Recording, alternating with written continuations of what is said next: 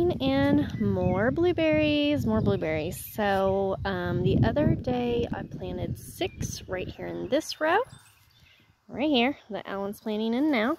And then yesterday I picked up some more blueberries at a box store, which we usually never do. We order and get bare root plants, but we tried to rescue these. So on the second row over here we've got planted, we have 6 pink icing blueberries, and then we have 6 peach sorbet. So in the first row over from the raspberries, we have raspberries in this row. So in this row we have 2 Nelsons, and I put some squash in here, 2 bonus blueberries,